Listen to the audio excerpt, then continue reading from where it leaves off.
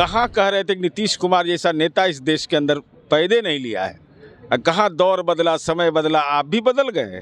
कि एमएलसी का पद लॉलीपॉप नहीं, उच्च सदन है, बटुकेश्वर दत्त का सदन है। हुआ पार्टी में कोई दरखास्त दे के आता है, अपने मन से हम लोग आते हैं ना। पार्टी माँ है तो हमको जाएगा, न्योता जाएगा, जनेऊ जाएगा, कसेली जाएगा कि चलिएगा जनता दल कार्यालय। जदयू संसदीय बोर्ड के अध्यक्ष लगातार अपने ही पार्टी के खिलाफ बोलते नजर आ रहे हैं। इसी पे बात करने के लिए हमारे साथ जदयू के प्रवक्ता एमएलसी नीरज कुमार है। क्या कुछ कहेंगे जिस तरह से हिस्सेदारी की मांग कर रहे हैं? अरे हिस्सेदारी कौन राज्य है देश के अंदर में जहाँ प्राथमिक शिक्षकों की बहाली हुई हो, जिसमें अति पिछड़ा, दलित और महिलाओं का 73% हिस्सेदारी है? कौन राज्य है? कौन राज्य है देश के अंदर में जहां महादलित समुदाय का व्यक्ति राष्ट्रीय झंडा फहराता हो और वहां मुख्यमंत्री जी खड़े रहते हो और सैल्यूट होता हो?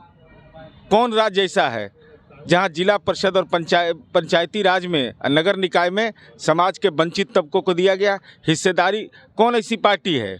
कौन ऐसी पार्टी है देश के अंदर में जो 5 अति पिछड़ा समुदाय को 16 में 5 लोकसभा का सांसद बनाया?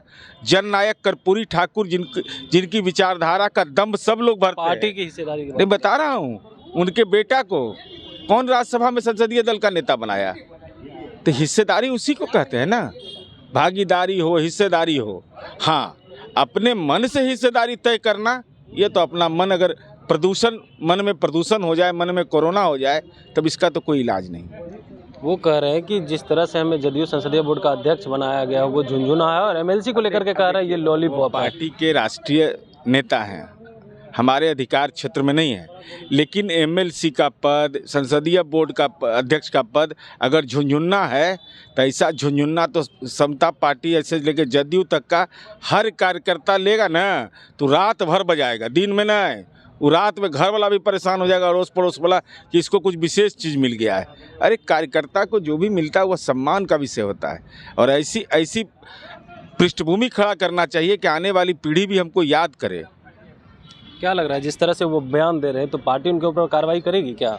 नहीं, यह मेरे अधिकार क्षेत्र का नहीं है। मेरे अधिकार क्षेत्र में इतना ही है कि एमएलसी का पद लॉलीपॉप नहीं, उच्च सदन है, बटुकेश्वर दत्त का सदन है। हुआ और साथ ही साथ संसदीय बोर्ड का अध्यक्ष लॉलीपॉप का पद नहीं होता है, ये तो सम्मान का पद होता है। लगातार उन्हें पोस्टर के साथ साथ जो है कार्यक्रम से आउट किया जा रहा है, तो क्या माना जाए? अच्छा, पार्टी में कोई दरखास्त दे के आता है, अपने मन से हम लोग आते हैं ना। पार्टी माँ है तो हमको जाएगा, न्योता जाएगा, जनेऊ जाएगा, कसेली जाएगा कि चलिएगा जनता दल कार्यालय, चलिएगा कार्यक्रम में।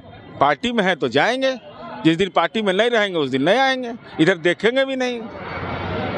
कल जो है जगदेव प्रसाद की जयंती मनाई गई और वो जो है शामिल नहीं हुए थे, अलग कार्यक्रम कर रहे थे, तो क्या माना जाए? अब उनको कार्यक्रम करने का अधिकार हो सकता है कि हमारे कार्यक्रम से ज़्यादा बड़ा कार्यक्रम उनका हो। जननायक कर्पूरी सभागार में जितना लोग जुटते हैं उससे ज़्यादा आदमी जुटा लिए हों तो किए होंगे। इसे तो आप लोग ज़्यादा मूल्यांकन किए होंगे कि ज़्यादा यहाँ भीड़ थी कि वहाँ भीड़ थी, तो स्वीकार्यता किसकी, तो तय हो गया। त्रिवेणी संघ को लेकर के क्या कहेंगे? नहीं, ये त्रिवेणी संघ आज़ादी के पहले बना था, वह सामाजिक जकड़न के सवाल पर था। वह सामाजिक परिवर्तन में उनकी भूमिका नहीं थी, सामाजिक तनाव में उनकी भूमिका थी।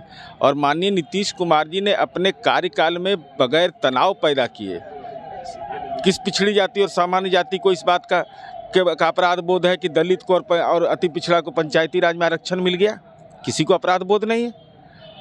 तो ये सामाजिक तनाव की भाषा आज की नई पीढ़ी नहीं सुनना चाहती है।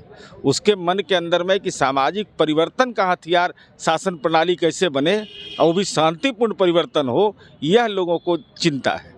एक नारा था जगदेव बाबू का कि 10% लोग जिस तरह से 100% का जो शोषण की बात उन्होंने उस टाइम कही थी, लेकिन अब जो है उपेंद्र कुशवाहा कर रहे हैं। 35 साल से कौन शोषण कर रहा है? भाई अब तो अंबानी का शोषण हो रहा है, अदानी का शोषण हो रहा है। अब वो सामाजिक परिवेश है क्या उसका? देश के चंद पूंजीपति घराने के कैद खाने में कैद हो गया है देश, और इस ढंग की भाषा कहीं से भी व्यवहारिक नहीं है। उपेंद्र कुशवाहा कह रहे हैं कि 35 साल से तो अब आप लोग नहीं कर रहे हैं। तो आप आए थे काहे के लिए? 17 साल के सरकार में अपनी भूमिका भी तय कर रहे थे, तो हर कीर्तन कर रहे थे उतना दिन। झुंझुना नहीं बजा रहे होंगे भाई। कहाँ कह रहे थे कि नीतीश कुमार जैसा नेता इस देश के अंदर पैदे नहीं लिया है। कहाँ दौर बदला, समय बदला, आप भी बदल गए।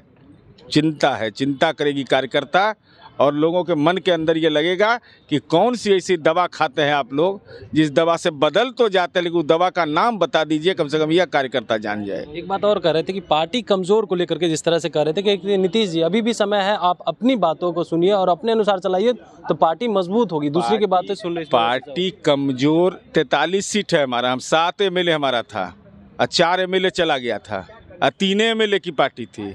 उस सफर से हम लोग आए हैं।